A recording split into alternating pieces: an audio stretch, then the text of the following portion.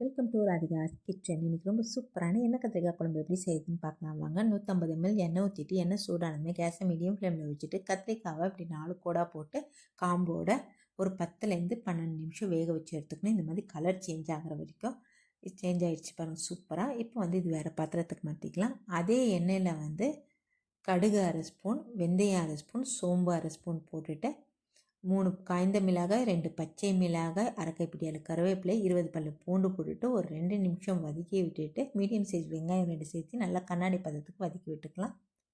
பெரிய சைஸ் தக்காளி அரைச்சி அதையும் சேர்த்திட்டு ஒரு 2 நிமிஷம் வதக்கிட்டு 1 ஸ்பூன் மஞ்சள்தூள், 1 ஸ்பூன் மிளகாய்த்தூள், 1 ஸ்பூன் தனியாத்தூள் சேர்த்து நல்லா தொக்கா அதில் அந்த எண்ணெயில் பிரிஞ்சு வரும், அது வரைக்கும் நல்லா வதக்கி விடணும். பாருங்கள், நல்லா எண்ணெய் பிரிஞ்சு வருது இல்லையா?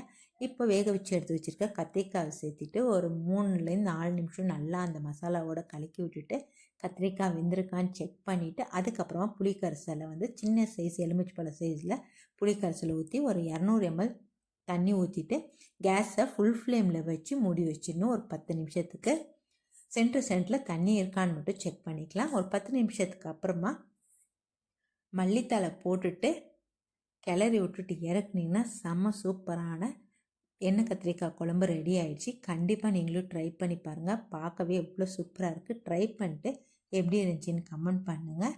நன்றி, வணக்கம்.